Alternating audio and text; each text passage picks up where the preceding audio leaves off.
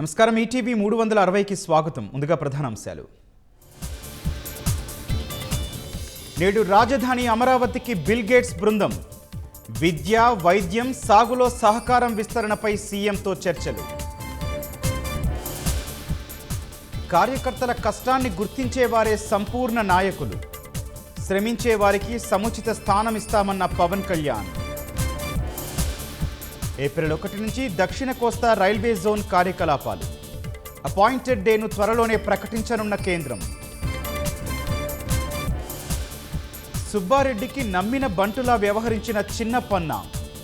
ఢిల్లీలో లైజనింగ్ అధికారిగా ఉంటూనే టీటీడీ వ్యవహారాల్లో జోక్యం. వృద్ధికి ఊతమివ్వాలనే ప్రజాకర్షక పథకాలకు తెరదించాం. ఉపాధి, సుస్థిరాభివృద్ధికే కేటాయింపులు చేశామన్న ప్రధాని.